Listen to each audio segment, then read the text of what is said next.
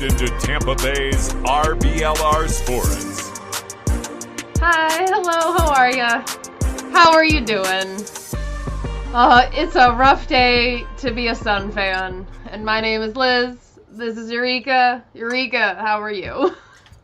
It's damn good water, Liz. Yeah? It's damn good water.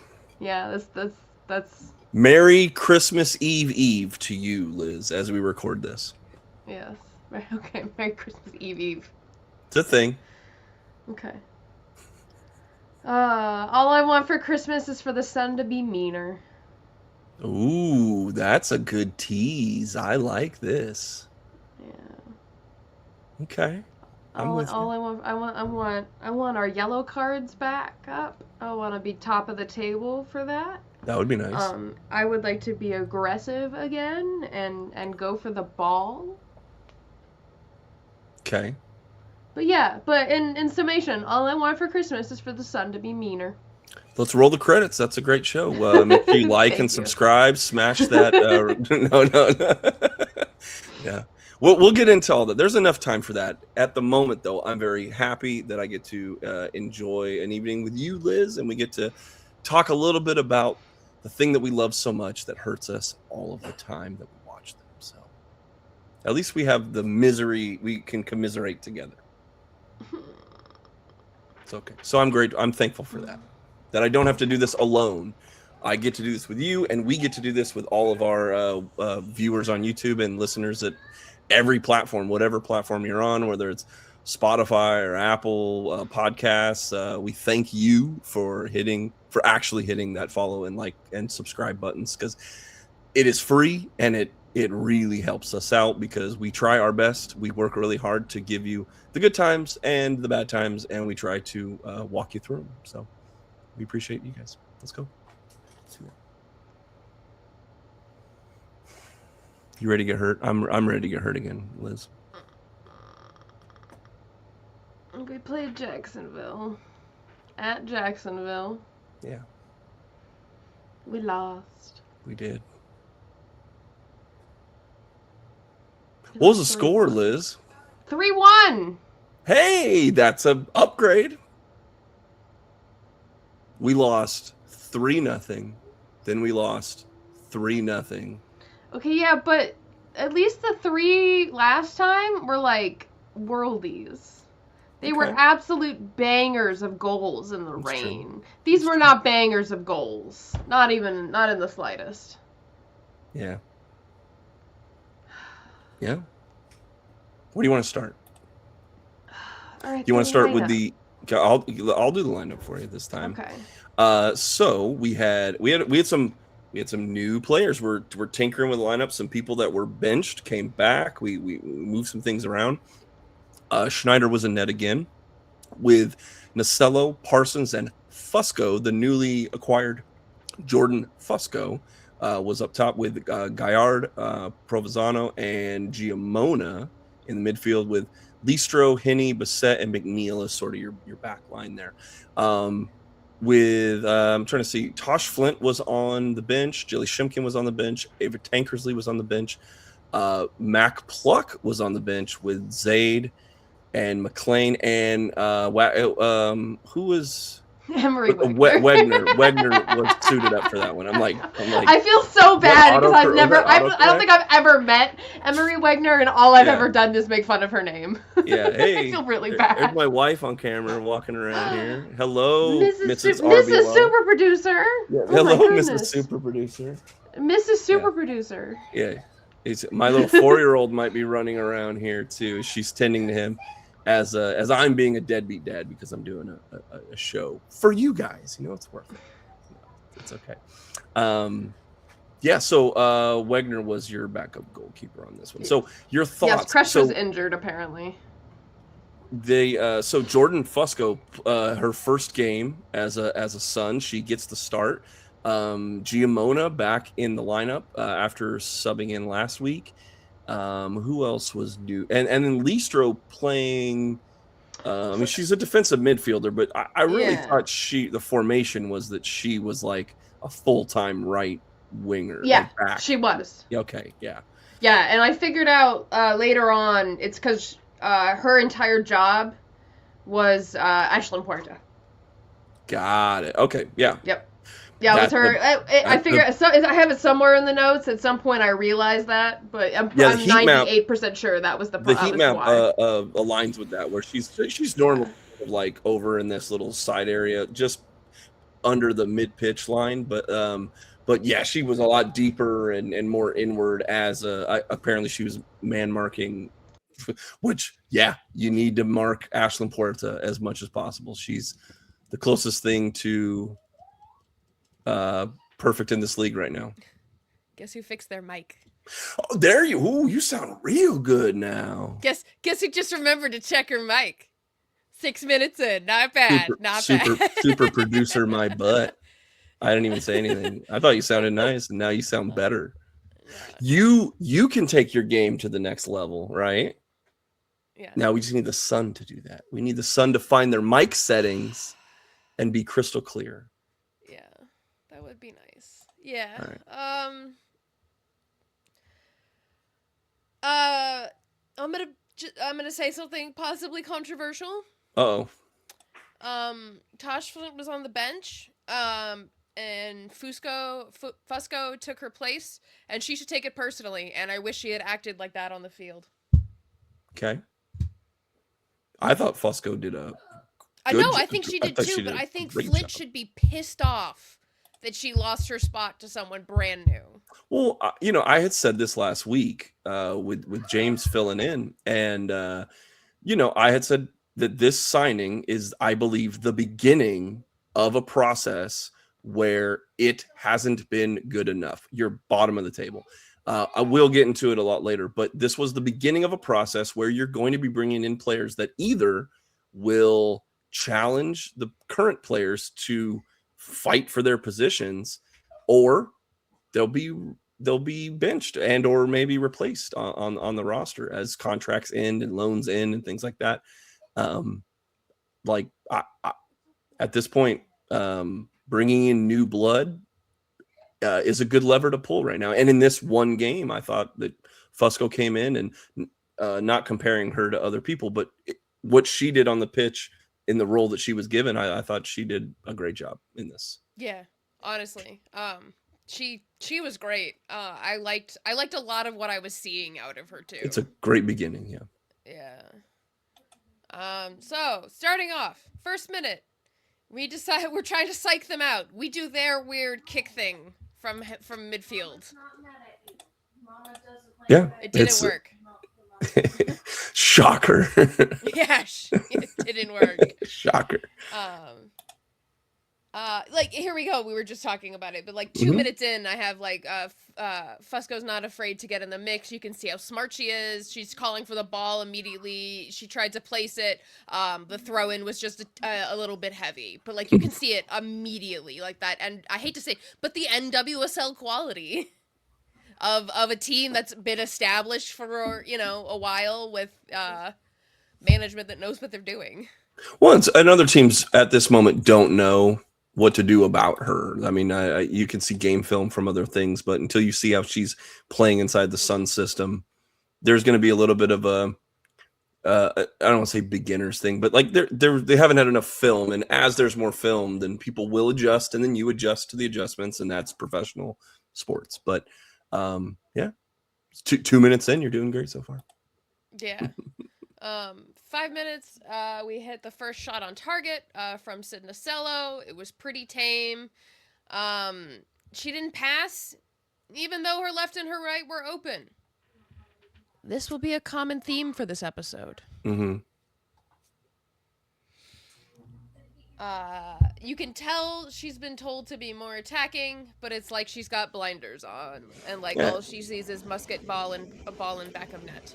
Yeah, I mean, at this point in the game, I think it's fine, but you're right. I mean, in the post games that we get on our socials, we put out that both her and Denise have both said we wish that Nacello's shots, I believe, is one of the lowest for her position group in the league, because she creates more than she's scored, especially this year. The numbers just haven't been there. And you do want to see her maybe put the ball on target, but not lose the playmaking ability that we already know we know she can create chances. And but sometimes, yeah, she want to grip it and rip it. And again, we wanted to see, I think, them come out of the gates very aggressive and very strong, and I think you saw that with defensively a high press and getting these attempts and putting a shot on target in the first 6 minutes of the match. So okay, so 6 minute Provo grapples with Meg Hughes. She still gets the cross in. I feel like that is one of the spots where it was not as beneficial to have Provo in instead of where Listro normally is. She's a little bit more defensive, where Listro's more attacking.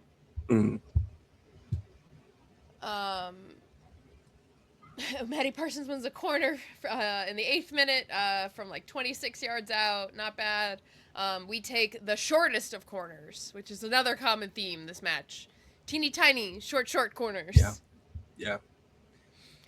It gets us like 2 extra yards. I don't understand the point. We gets it into the box. It gets cleared out. In fact, JAX gets their first corner out of it. It ends in offside. We get a free kick. Giamona fouls. She's grabbing the shirt. Whatever. I'm fine with that. 12th minute. Fusco has a shot. It goes just wide. I love it. I love her already. I am on the Jordan Fusco train, even though she's alone. I'm going to fall in love with alone. It's fine. McNeil passes to Giamona. She just misses in the box. 14th minute, we get just an egregiously bad throw-in from McNeil. It goes straight to a JAX player. Yeah. A minute later, we have some chippiness. Julia Lester comes across, plays it off of Santrine for a goal kick. A 16th minute. This is what I figure out. Jordy is right back covering Ashlyn Puerta. Yeah. That is her job for this match, which makes sense. Yeah. 21st minute, Jax gets a corner. Schneider punches it away. It's here I'm noticing we look like fragile. Like we don't like I was saying as early at the beginning, all I want for Christmas is for the sun to be meaner. I would like to be the Mean Girls again, where everyone's complaining about how much we foul them. Yeah. I didn't like that last year. I miss that now. I would like that back again. Yeah. I would want to see what their internal metrics say about them creating aggressive actions, I believe is what it was told to me, that they like to keep tally of. But I don't like it when, I mean, you have to politic to the ref. So things will happen. There'll be a collision or whatever. There's gamesmanship, and some people, everyone's trying to do the game within the game, right? But this season, unfortunately, it looks like we sort of kind of complain to the refs instead of maybe policing it ourselves. A well-placed professional foul here and there might spread the word that, because I just think teams aren't scared. Like to this point in the game, our high press has been there. It's about to unravel, unfortunately, in a minute. But like the high press has been there. We're being aggressive in the form of like we're marking people all the way down. We're doing the full court kick thing in the middle, in the kick. Like we're really trying to just mess them up, create a turnover, and then so far we've put one on target, but you're being aggressive in that area of it. But then immediately what teams have done all year is they just get physical with us. They try to break us. They try to knock us off. And because they like can shrug off the press, and then they can just elbow bump and shoulder bump and foul and do things like that. And we haven't been the beneficiaries of any of that action. And we haven't really retaliated, other than there's been a couple times where people have been a little chippy, and but usually that's like a Fort Lauderdale thing. But Jacksonville's sitting here with more points on the table, and they're not scared of the Tampa Bay Sun at this moment in time. So, nope. In fact, in the 28th minute, they score their first of 3 goals. Okay. Ashlyn Puerta, who is contractually obligated to score in every match. Just kidding, but not really. Scores. Gabby, Henny, and Bissett are all in her way, and no one can stop her. Yeah. I mean, Ashlyn Puerta's quickly proving that she is the top of this level. Yeah, I think I said multiple times. Can you go to the NWSL now? Can you get out of our league? Denver Summit, please. I'm begging you. Yeah, that's fine. I don't care where you go. Come to the Denver Summit. Come to the Denver Summit. Go away. I would love to root for Ashlyn Puerta as a Denver Summit. You guys just got Carson Pickett though. Okay, I got to look into this. I've been out of the NWSL realm. You stole her from Orlando. Even better. Orlando loses a good player. Yeah. Our first player was an Orlando player. It was from Denver originally or something like that. I can't remember. I'm not 10 toes down completely in we haven't played a game yet, so I'm excited, but this is a Tampa Bay Sun FC podcast, so we should continue with that. True. Sorry. Where was I? Yeah. We have 3 defenders. Nobody stops her. I'm not really gonna blame Schneider so much for this one. Okay. This is definitely on the defenders. Okay. Which we should maybe we'll get into it a little later when there's more goals. But yeah, Schneider, unfortunately, she has a lot of goals against her. That some of them or her being completely hung out to dry. You're either screened in front of there's been I've watched them 10 feet from the net right with the heat wave, and we've seen goals that like she has a split second to react to because she either screened by her own players or she's hung out to dry with bad defense in front of her, unfortunately. See, you're gonna drop your blocks sometimes, just like my 4-year-old. Hey, he did a little Schneider jump there. It was good. He knows the assignment. Yep. He's ready for this. 30th minute. I'm noticing Sid needs to stay wide. She's going into the center. She gets cornered by 5 defenders. She's doing too much. You think that's a tactic, though? Do you think she's been told, we got Fusco in this corner. It's not fucking working.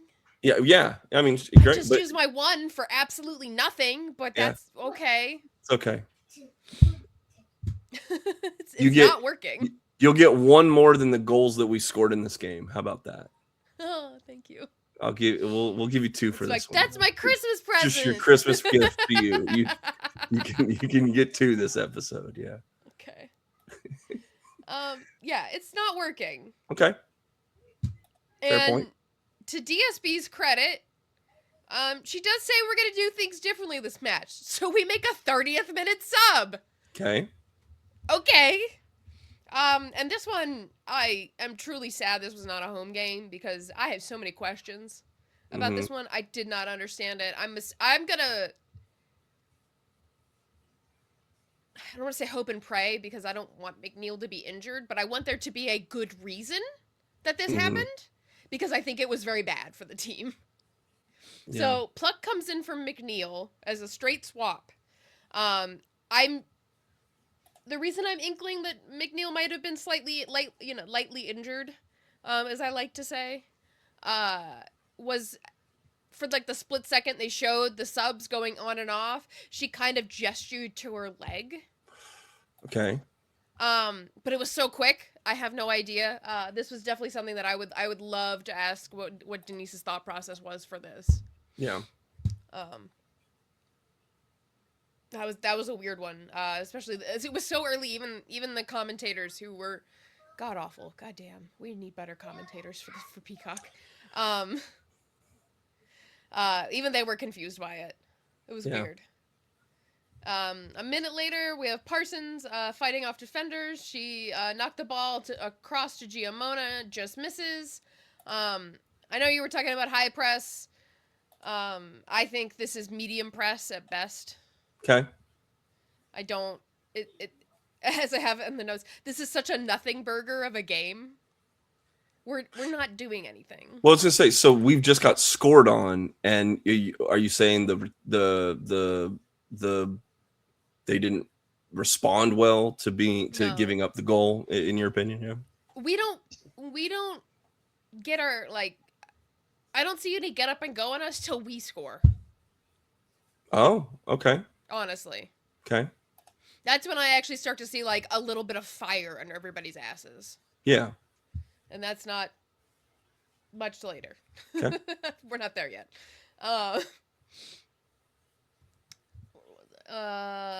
37th minute, we get a lucky ball. JAX out to no one. We keep being just like a little bit late. Like that one goal really effed with us. Okay. Like we just haven't like the commentators said that what Sam Basin wanted to avoid was here we go again. And I feel like that's what everybody thought after that first goal. They were just like fudge. Yeah. But thank God, 39th minute, Jordan Fusco still shooting. Yeah. Yeah, at this point I noticed it's a very quiet 6,000 attendance. Alleged. Was it 6 or was it 8? That, or something. It was alleged by Jacksonville. It's like it's real quiet there. Just saying. I mean, maybe they didn't have it mic'd up correctly. You know, it wouldn't surprise me with the Gamebridge Super League not miking up a stadium of 8,000 people. Partly, but we had someone there at the game. And I should have asked him. Yeah, I think we did in the game while we were chatting, and I think we were saying that was tickets distributed, but not possibly. Maybe not all of those people went through the turnstiles. Gotcha. That's not ticket scanned. Well, yeah. Even if they scanned them, there were people attached to those tickets that were being scanned. Boop, boop, They're just boop, scanning boop. them in the back office. Yeah. Yeah, they're like bring out 5,000 more tickets. We need to scan them. Yeah, the official attendance of this game, drum roll please, was 8,272 was the stated attendance of this game. That was the which makes your point 1,000 people I've ever heard. Yeah, it makes your point even more. Yeah. Yeah. Because at some point, I think I actually point out that I hear the crowd for like the first time. The truth is, do the cameras shoot the crowd? Because if the cameras don't ever shoot the crowd, they really don't. Or they try to zoom in on pockets of like 5 to 10 fans, and they don't, because 8,000 people, you'd want wide shots. You'd want to be like, look how successful the Gamebridge Super League is. Wow. No, instead we get to look at their weird mini houses. I think they're cute. I think they're cute. I don't. They're like our suites with AC, I like that ours right? are not trying to be anything. Right. They're shipping containers. You're standing on a shipping container. Hey, that's reusing something. That's, Exactly. See. Theirs look corny.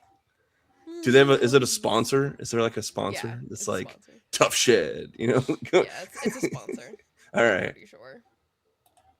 I'm still gonna make fun of them. Well, that's activation. That's business activation in the Gamebridge Super League. I hate that word. I know it's the worst. It makes my the corporate lingo makes my skin crawl. It's why I said it. All right, last observation of the first half. Schneider has really good hands. Why isn't Bissett stepping, like, she's not stepping towards the player? I didn't understand this. We're down by 1 at this point. Yeah. And we're not. I think you want them to be jumping in front of players and causing to scrub. No, yeah. Yeah. Okay. Yeah, you're down a goal. Let's go. We need to get one. Yeah. Okay. I think I have it later on, but like we should be pissed off. We are last place. And Every single person on the field should have a chip on their shoulder because they think that the other team is coming out. Oh, they're coming against the last place team. This should be an easy win. Yep. Everyone should be pissed off. Or at least I would be. There's not a lot to argue with that, yeah. Yeah.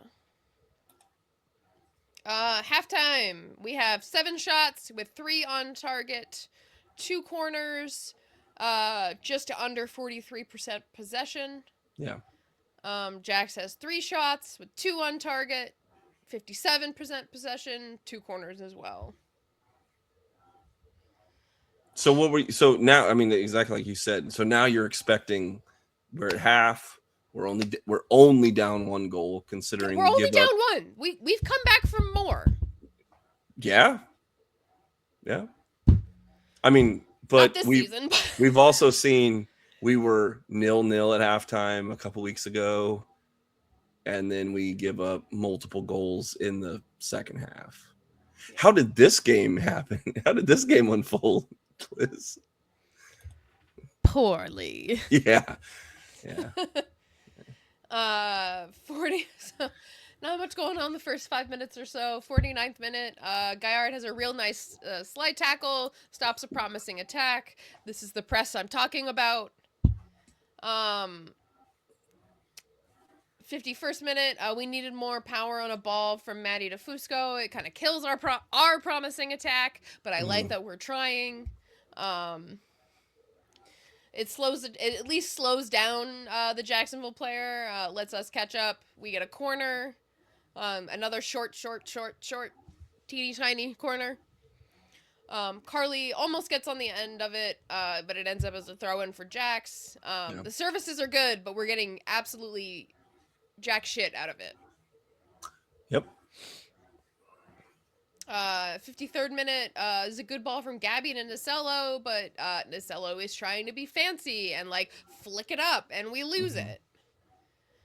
And this all in the same minute, Pluck has a shot trying to catch the ball in the volley. Shot goes high. It's a hard one. I'm glad she at least took the shot. 55th minute, we get a hair grab by Puerta. It's ruled a yellow. Many people were calling for a red. I understand why it was a yellow. Do I wish it was a red? Obviously. That would be great. Yeah. Always. If it was a red, I would have been like, of course it's a red. It's always a red. But if you want to compare to, like, our red card where Jilly got one for pulling, if you go back and watch that, Jilly has a full grasp of hair. Yeah, she does. And yanks. Yeah. Puerta looks more like she's grabbing for shirt and then accidentally gets hair, and she never closes her grip.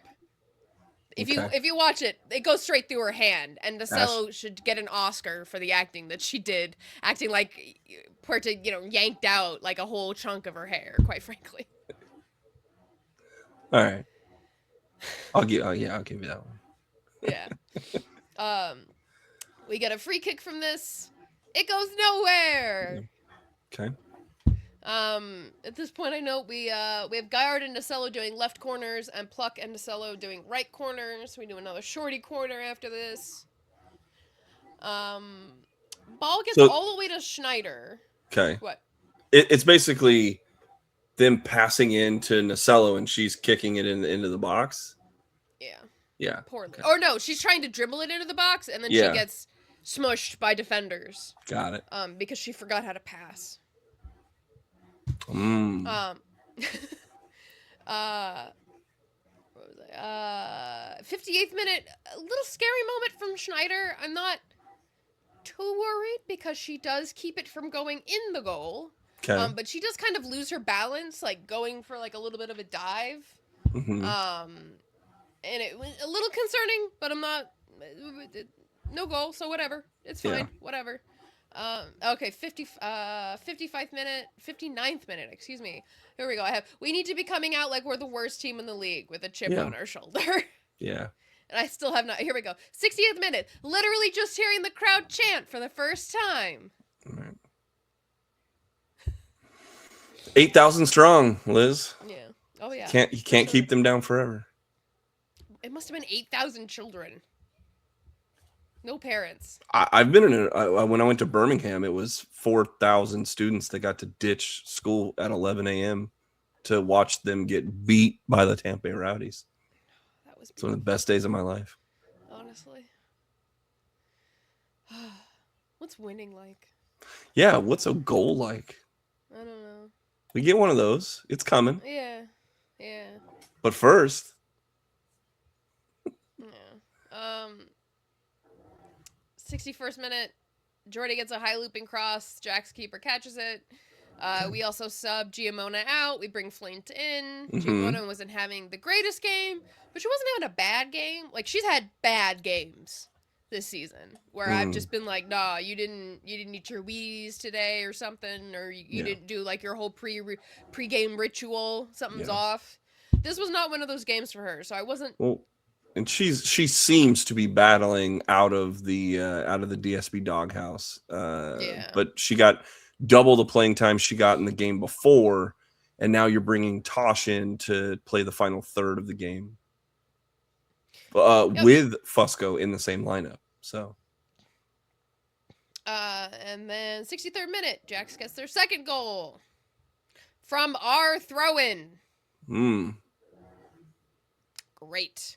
So from our throw-in, we a loose back pass from Tosh to Jordy gets the ball all the way back into our third, and they score.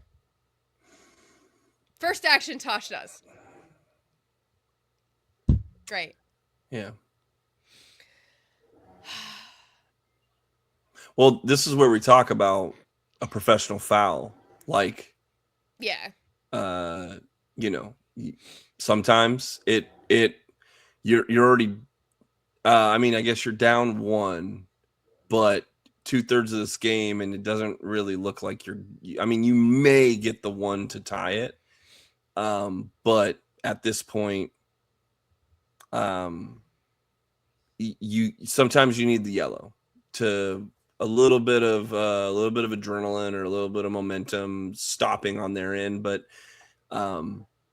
a well-placed foul sometimes, especially, she's a veteran. She knows this. It's like she knows it. And to be honest with you, she's not like, she has the first red card in the history, but it's not like her reputation is that she's a dirty player or anything like that. But sometimes you got to put someone in the dirt.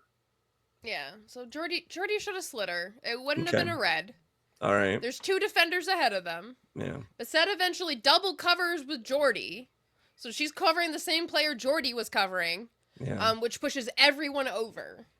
And leaves one JAX player just chilling out wide. Yeah. Open on the far post. Seems to be a nice, easy spot for someone to find the back post against Tampa Bay Sun this year. Yeah, and it's truly because we just Bissett double covers, so everybody shifts. Yeah. It's very frustrating. Thankfully, a minute later, Fusco scores. Woo! Yeah, let's go. One of many, we hope. One of many goals that she will have. Many, like 1,000, please.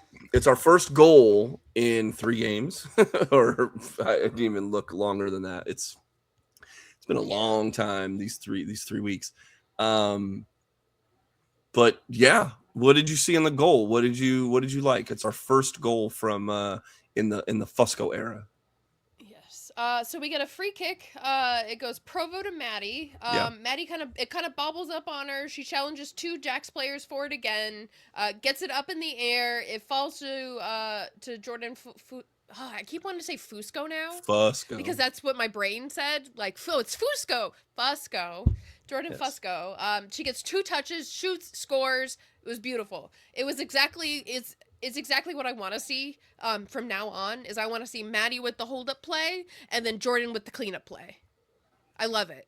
That's what I know we put a lot of our hopes on Maddie. I don't think Maddie is the solution. I think she's part of the solution, though. We need it. For sure. I've said on this very podcast that I wish we had a dynamic playmaking or at least facilitating 9 that could get to another player that can score the goals.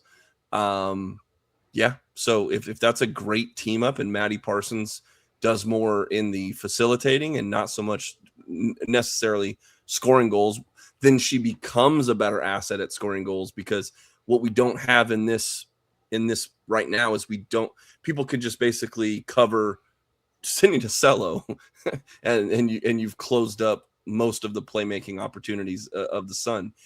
If we can open up with Fusco on one side and DeCello on another, you now have to go back to that pick your poison days, and it'll at least lead to more goals. And if our defense can shore up, that might afford us more opportunities at getting points on the board. So, yeah. And see, this is when I noticed that that goal really lit a fire under our asses. Okay, yeah, they smelled. They learned that they were human on the other side of the pitch. Yeah. Ashlyn Porta, a mere mortal. Yeah, she bleeds like everyone else. Yeah. Oh shit! Speaking of the last time we played JAX at home, and that one chick got the eye thing. Yeah, she had to get like 6 stitches. So it ain't ballet. It's a tough See? First division. We need some fight in us. Yeah, let's go. We didn't win that game, but still. Fought hard. Yeah. So at this point, Mike has noticed something, and I thought it was fairly important, so I wrote it down. So we don't switch the point of attack enough, and then we get pinned in really easily. We're not looking for like the best option to get out of pressure. We're just looking for the closest. Yeah, I mean, like that's why we keep turning over the ball, is because we are passing to people who have 3 defenders on them, even though if we shot it a little harder and pushed it out a little bit more, she's only got 1 on her. Or no one on her, even. The tactically, the other way you could do it, because we don't have Jordan Zaid on one side, and we like where you'd have midfielders that were able to then play these deeper balls on the wings to sprinting, wing backs that are just flying up the side of the pitch to then hopefully cause chaos and spread it out. And now the people in the top, in the middle of the box now have opportunities to go. We're sort of just, I'd agree with that. We're playing a more possession based, where we're just trying to slowly make our way up the pitch and then sort of see where the defense gives us, and then we maybe make a cross, or we maybe take a shot. A game ago, the shots were way further out. There weren't a lot inside of the box, because we were just sort of like taking any opportunity that we were given, the first open space that you were given. I thought they did a lot better in this game in that regard, though. So it's they're being pinned, and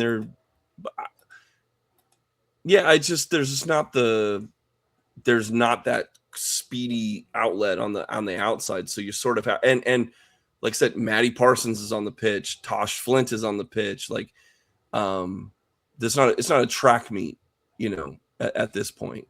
So it's like, if you did play that right, you play that ball to Nacello, she's a speed demon, and then what? We're waiting for 6 players to make their way across the pitch to get into the box, and now she's having to dribble and while she's being double teamed probably, and then she's got to make her way through 2 people to then hopefully get the ball into anyone who's made this run now to catch up to her. And then that you have a problem there. So you're kind of, right now the results literally are we're damned no matter how we're playing it, except for the couple moments where we open things up and there's a good shot. So I don't know. I don't have the answers. I wish I did. 71st minute. You can hear the staff screaming, "Gabby, get on the ball." And this is what I was talking about earlier. She's a good defensive midfielder, but she's not as aggressive and attacking. as Jordy is. She's good with Jordy in a team. And she can supplement like some creative attacking elements, and she's got really good range of passing, but she's just not quite there, and she's not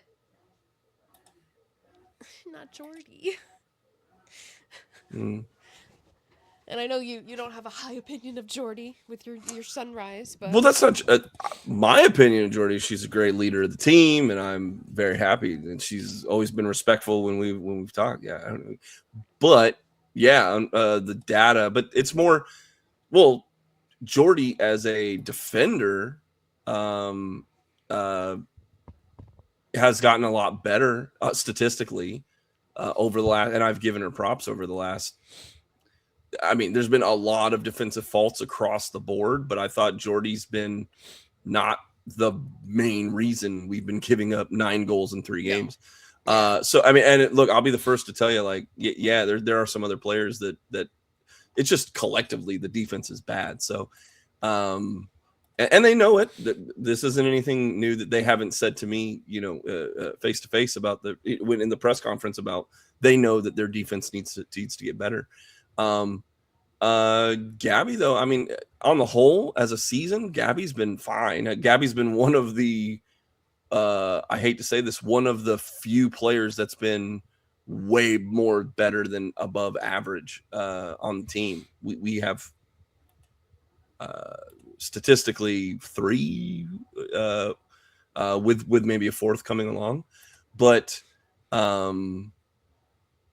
yeah, I mean, in the moment, though, I guess in that particular play that Gabby needed to get a little bit more up, because you do want, again, we want attacking midfielder action, but I don't think Gabby Provenzano is your center attacking midfielder. Like that's not where I'd put her, and that's not where I don't think. I mean, DSP could tell you, but I mean they did put her right in the middle of the pitch, but I don't think that's her position. No. And I don't think it's going to do her favors statistically. But her defense isn't anything. Her defense is definitely not lacking. I think her. Defensively, very solid. Yeah, and she's provided adequate offense with her playmaking this year so far. So.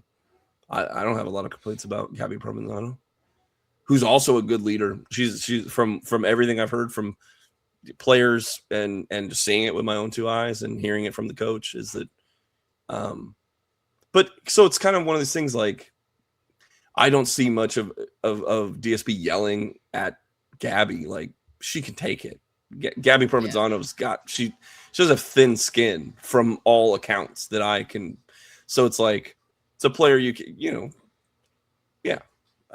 Anyway, I don't see too much into this at all. So. Okay. Jordy passes a ball to Nacello in the 76th. It kind of looks like Jordy's trying to do a 1-2, like a 1-2-1. But Nacello tries to chip it over again, and she accidentally wins a corner.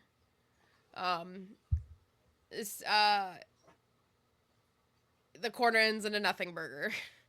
This is kind of where I'm noticing. I feel like Nacello was a little bit more of like a team player last year, and like we hyped her up too much almost.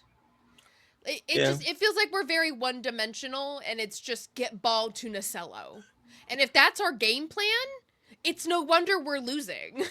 No, I agree with you on that. I mean, I've said that a couple times is that okay? What we don't have though is we keep saying her name all year, but we don't have a Cecile Flew. We don't have that player or that type of player, and we haven't had that player in the aggregate of other players. And to Denise Schulte-Brown's credit, we've tried 4 different players now up top. Yeah. And she's benching players and putting players and signing players and getting like they know the problem, like, because you're right. You are 100%. That's the offense is Sydney Nacello. And if Sydney's going to own the ball and have the ball in the corner, again, okay, who's coming to the box to get it? Because we've tried over the last 3 games shooting from long distance. Okay, we get the ball at the top of the box and then we sky it over the box, or we sky it over the net, or it goes right, or it goes left. We haven't had the penetrating or a good cross that goes across a couple players and then someone's on the back post. Like, we just don't create that opportunity for a Nacello cross a lot of times. And so, yeah, she sort of has to get the ball and dribble it. And again, they've told us that they were going to make her do this kind of play. This is the game. This is the game plan, because until different players show up, or the players that we have create or convert more opportunities to alleviate some of this pressure, she's who we have. And to be fair to her, I think she's also done a great job of the chances and the things she's gotten. So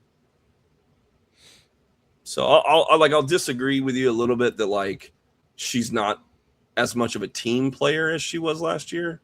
I just think she's the one creating and making the few things that are happening. She's been the catalyst of that. But I don't think she's hogging the ball, if that's what we're trying to get at, is like, it's sitting time. Maddie Parsons was the catalyst today.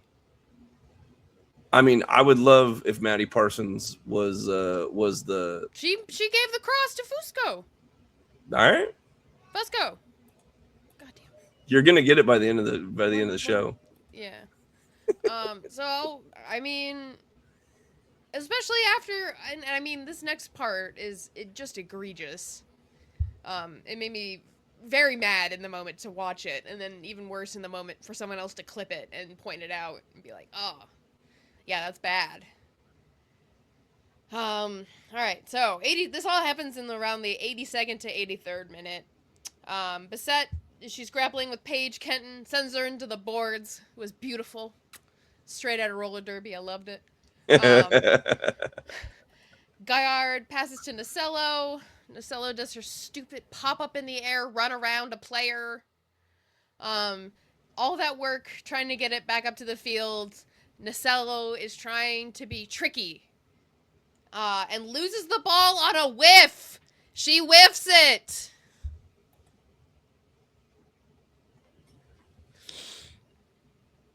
And it was really frustrating because if you watch the clip, Fusco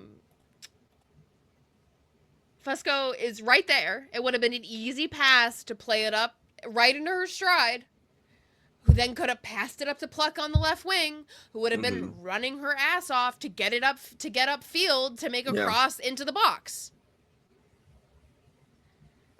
We have Maddie Parsons, we have Tosh Flint. They're both running forward. There's a near and a far post. So I think your problem with her is she's trying this, like, trickster, flicky, cute thing to get by a defender thing. Ball too long. Yeah. I think she's holding on to the ball too long.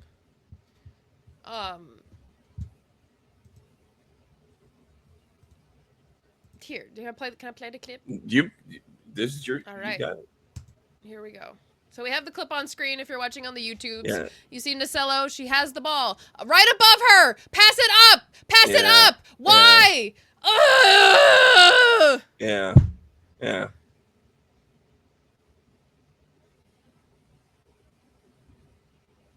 And that's why you should be watching on the YouTube at RBLR Sports on YouTube. Destroy that notification bell. Yeah, be like, oh man, that's so cool. Inserting clips. Don't whiff. Wow. Don't whiff on the subscribe button. Yeah. It's frustrating when there are 4 players who seem to be on the same page and Nacello isn't. You're in. I mean, you have the video evidence. I can't refute that. You're right. Yeah, I'm down here. Gaillard is below her and pointing to the spot. Yeah. I mean, the whiff though might come from an internal like, wait, and then now you're on your butt. Yeah, yeah. And you know what would have been easier? Just Passing the ball passing. forward. Yeah, yep.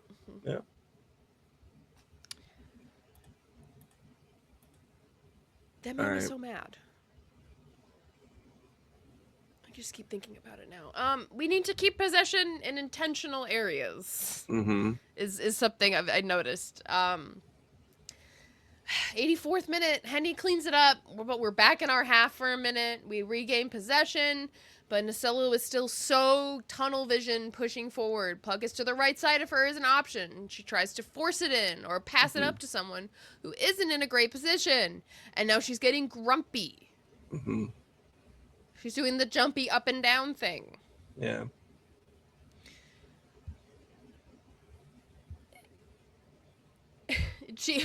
We know she knows how because she just does it like a minute later where she passes the ball to Jordy when there's no good options in front of her. We don't do much with it, but at least we're trying. Sure. 85th minute, we get a corner. Nasello sends it so far out of the box. There's way too much outswing. I could tell what you wanted to do was that you wanted it to curl like right towards the PK spot so you could have someone big like Maddie Parsons barrel through and come in and head it in. Whereas where she sent it, which was no man's land. Maybe that's why they do the short corners. Yeah. 88th minute. We deer in the headlights ourselves, but we're all just watching. We have a really smart play from Maddie Parsons. Jordy's calling for the ball. Points where she wants it. Thinks the window has closed because she's moved too far out of position. Maddie's still trying to get it to her. She rides the challenge with the JAX player. Jordy's looking over her left towards the goal to see where to make the next run. Completely understandable. I don't fault her for this. But she does happen just because she's looking over her left shoulder and not her right, she misses a pass from Maddie, who is still trying to feed that ball to the back line. Unfortunate, but I really liked what I was seeing. Yeah, it was a good opportunity. Yeah, it looked so nice on the screen. If Jordy had just looked the other way, but then again, I don't fault her. She's looking to the goal. She's making sure she's in position. Yeah.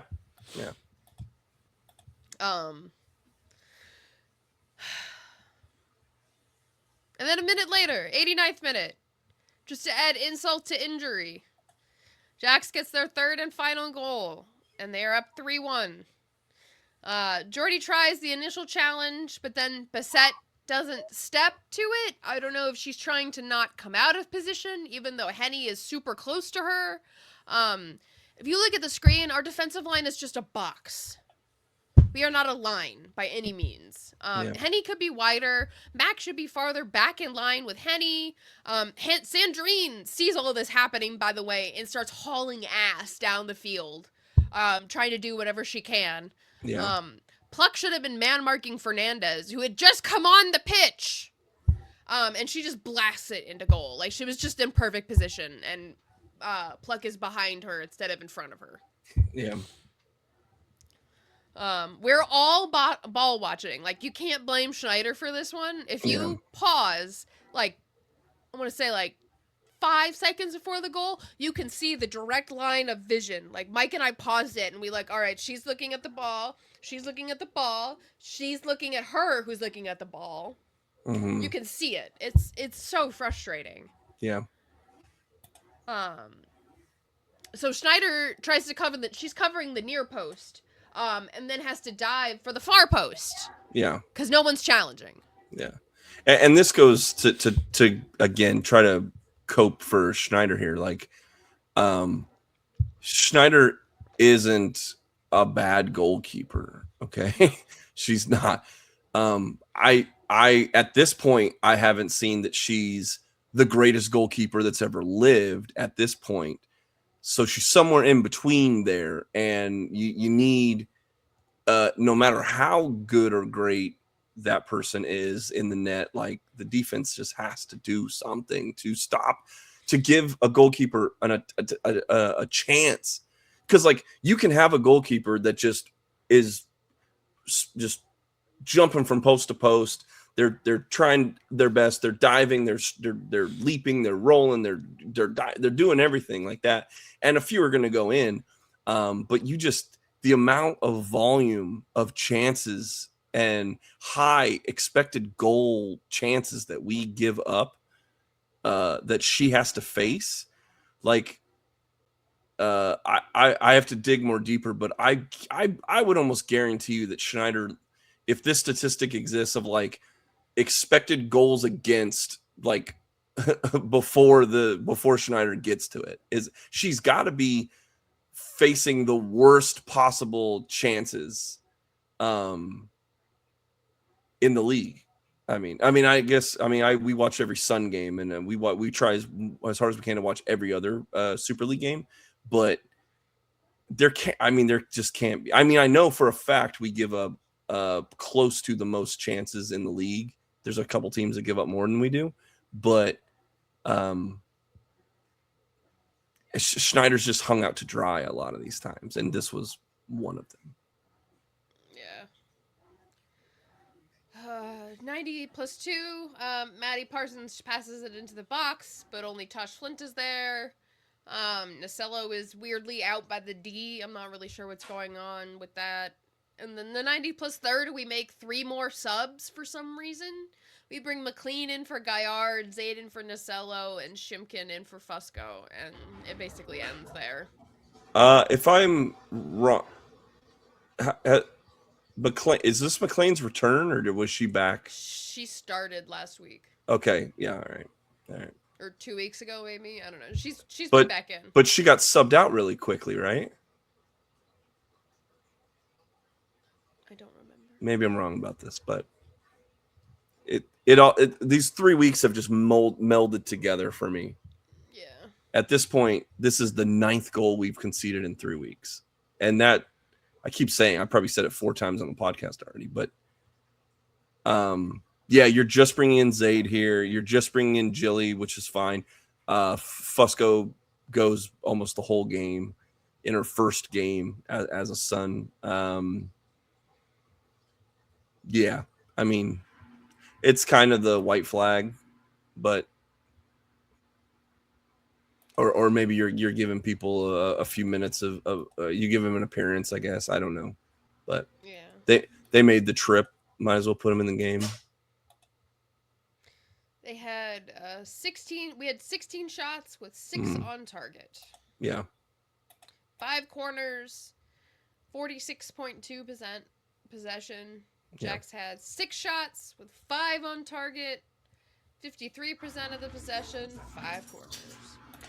Yeah, look, we spent a lot of time on this game and the ins and outs, and it's shown like there's some differences that are happening. There's some good things that are happening. There's a lot of things that still need to be cleaned up or changed. And I guess if you look at the bigger picture, change is sort of my imperative word. We will not be stopping podcasting over the break, but the team will be taking some time off, or at least taking some time without playing games. When they come back, a lot of things either need to change, or I expect them to be changed of what's going on, because across the board, every metric, expected goals against, we are towards the bottom of the table. Expected goals for, we are the bottom. We do not create the. In a lot of times we're in every press conference, and we ask them to their face what is wrong, and or like what is the next thing you need? What do you need to see next? What do you need to change? How do we get forward? How do we get to that place? And we've been told, well, we make chances, we get chances. If we just put away our chances, everything would be so different. And unfortunately, the data just doesn't show that. We have the least amount of chances in the league. We definitely aren't putting any in the net, and we're not technically creating a lot from the places that we're getting it. So So the catalyst of how these chances are created needs to change. Is that a tactical change? Is it a player change? That's up to the team to figure out. But the players that have been on the pitch haven't done it, and I know they're trying to figure it out. I know they're trying different things. They're trying so many different players and things, and at this point, the best thing that's happened is we brought in a different player and we've put them in a new position, and that has, at least for one game, shown a lot of promise. And I don't expect that to be the only change of personnel that happens the rest of the year. The window is wide open. We can get players from everywhere we want. A lot of the NWSL teams are going to be letting players come to this league, but also, a lot of college players are going to be available for the first time as professionals, and I wouldn't rule that out, that we're going to bring in some defensive minded players, probably like some people that want to cause some havoc on the defense. But then you're trading youth and for experience, but at this point the experience is pretty bad right now. If you look at we track a lot of different things with our Sunrise spreadsheet, and we track like an ELO rating that gives you quality of wins, but also quality of losses, and like how you perform against teams that are in relative fashion than you. We are dead last in that metric. We are, in terms of and I don't want to sound any alarms right now, but the reality is that for the rest of the season, the most points that we can accumulate is 52, is the maximum possible at this point. My projected cutoff for points to make the playoffs is 41. So we would need to maximize the points available if we would like to be the 4th seed in the playoffs. So this is why this is the time. If the team is going to do something, if the ownership is going to maybe open up a pocketbook and go get whoever's available out there, I don't know the names of who's available out there, but this would be the time to do it. This is the time where you can let the past be the past. You have an opportunity right now to make significant changes, like we get a cat for the first time on camera.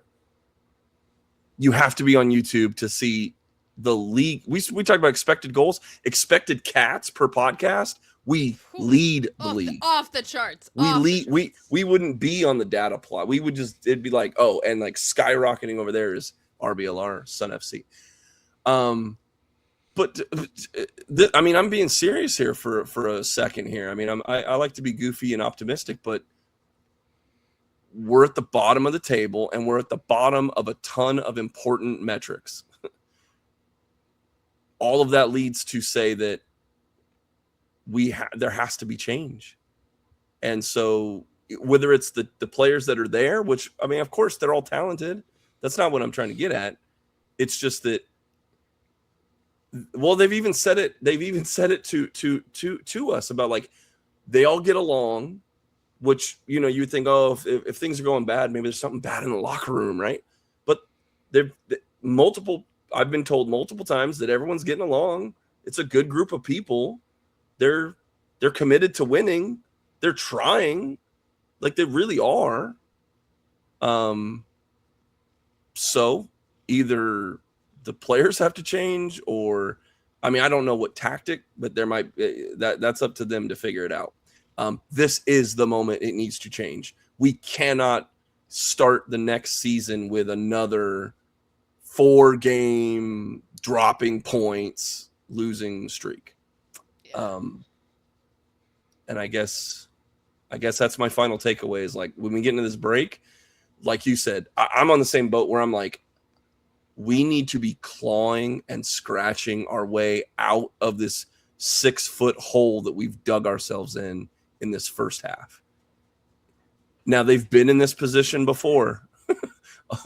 Unfortunately, we had a whole as Katsumi over here is playing. Mm-hmm. She found a smouse.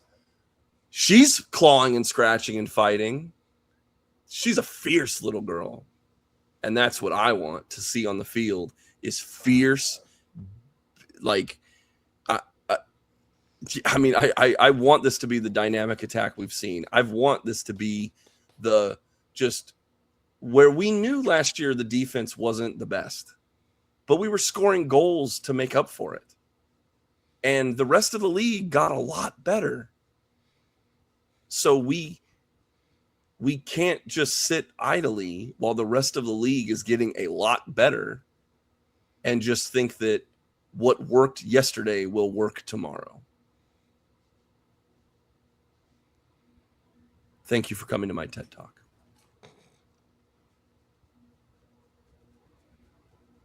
This is my cat talk. So adorable. If you're not on YouTube right now, this might be the thumbnail. Nailed it. Got it. Nice. See there. Okay. So what are you wishing for? I just had my tirade about my stupid nerd data stuff. Liz, our heart and soul of this whole operation. Okay. You are our beacon of optimism here. Okay. Yeah. He snorted because a beacon of optimism. You're the beacon of never optimism. How I would describe myself, but okay. You should put that on your resume. All right. So, please, I just gave you the sad list. Okay. Mm-hmm. I want all those things to not be true. I want them to be opposite of what I just said. What do you want, Santa? Denise Schulte Brown Claus. What do you want the sun to bring you for Christmas? And we'll have a show before the new year, but for the new year and for the holidays, to make your holiday sunny and bright. I would like the yellow card record again. I like that. Yeah, you started this. You started the show with that. I like it. Yeah. I want to. Grit. I would. All I want for Christmas is for us to be mean again. The Grinch that stole Gainbridge. Yep. I want to Clip be mean it. again. Mean won a championship. Just saying. Izzy, really? Izzy's tail is amazing. It's a Swiffer. It's basically It's a so Swiffer. poofy. It's just like Yeah. It's great. Oh, she's mad because I'm drinking out of an insulated glass, which means there's no condensation for her to lick. She's just following your orders here. You want fierceness. She's giving it to you. Yeah. No. Okay. Knock over the cup. If you could make a change, I guess, if you could make a change as Ebor finally follows my fuzz trap here, I need him to make biscuits on this blanket. Controversial. Okay. Let's take out Sid Nasillo. Take out who? Sid. You would like to see how the offense operates. I would. Would you move her before you put her on the bench? Would you move her into a different position? I don't think so. I think that's the only way it's going to flip a switch in everyone's brain is if she's not on the field. Otherwise, everyone is just going to be like, get the ball to Nasillo. Yeah, I mean... And I mean, at this point, throw shit at the wall and see what sticks. Yeah. Is where I'm at. So let's just try it. Yeah, I agree. We can make a 30th minute sub. We've done it before. Yeah, I agree that we definitely should lay off the City Nasello one woman army that you see, and get back into playmaking with, again, we have a Fusco. We have a Fusco. We do, and we have another a Fusco now. Less nuclear whatever option would be start making many plays with her and Fusco. Like, what if you have Fusco, but you play her centrally, and you have a Jordan Zaid on the other side, keeping Nacello there as well, and then again, I want dynamism. I think who loses out on that though is Maddie Parsons, which I want her playmaking. Like I mean, don't look at the stats. Don't look at the stats. We're going. I'm not. I'm vibes just. now. I do. It's what I do. But like, well, the stats don't really favor Maddie Parsons right now. The stats don't favor anyone on this goddamn team. That is true. That is true. But if you have it, well, Provenzano not in the middle would be great. Giamona could be more centrally located. Fusco could be more located. Maybe that's the thing, is Provenzano out or Gaillard out. That was also a weird thing about this match, is that we had Listro specifically marking Puerta. So Listro was not in her normal spot. Provo was not in her normal spot. I will give small liberties to that. Yeah. I don't know if that plan worked necessarily, but it was a plan that was executed. Yeah. I could be agreed that the tactical alignment. You got Izzy all over. So much cat because it stuck to my lipstick, and then. Yeah, I'll grant you that. The specific tactic of holding down the best player in the league, probably changed a few things, and it's. So I believe we'll see a little different of a tactic over the next coming weeks, but they have time though. They have time to gel over the next couple weeks, or a few weeks before there's another game. We have time to bring in new players. We have time to challenge who's already here. We have time to make the people that are here better, and improve the areas that we might need to bring in. So I'm optimistic for all of this. I mean, we're not dead yet. Like, literally, you know me, I'm going to tell you statistically, we ain't dead yet. And unfortunately for the rest of the league, they've shown last year that you have to kill us. And if you don't kill us, we will crawl out of that hole and we will get in that fourth spot. And when we're in there, then if we're playing at that point, we have to be playing the best soccer that we're playing for the whole campaign. And then we're back in the spot. But we did it last year. Can we do it again? This is the question. And I'm optimistic, but a lot of change has to happen. Yeah. Right. And we'll be chronicling all of that change here every week at RBLR Sun FC. I will say thank you, the people that have stuck around 1 hour, 13 minutes into this podcast. You are the GOATs. You don't need to change at all. You are amazing. I've been filling in for the last few weeks, and James has been filling in, and this has been a wild ride. I'm happy I've been able to share my thoughts. I might be a little more pessimistic than some, but I'm just kind of right in the middle. My optimism, my pessimism are like, they've been balanced. I think I have a balanced. I'm very present in the moment of what we have and what we need. And I've been able to do that because all of you give us the opportunity with you listening to us or watching us or liking us on any of the social medias. We've gone over thousands of followers on all of the social medias. Like, we're over 2K on Instagram. We're Blue Sky. We're killing it. We're wherever you social media, we're there too.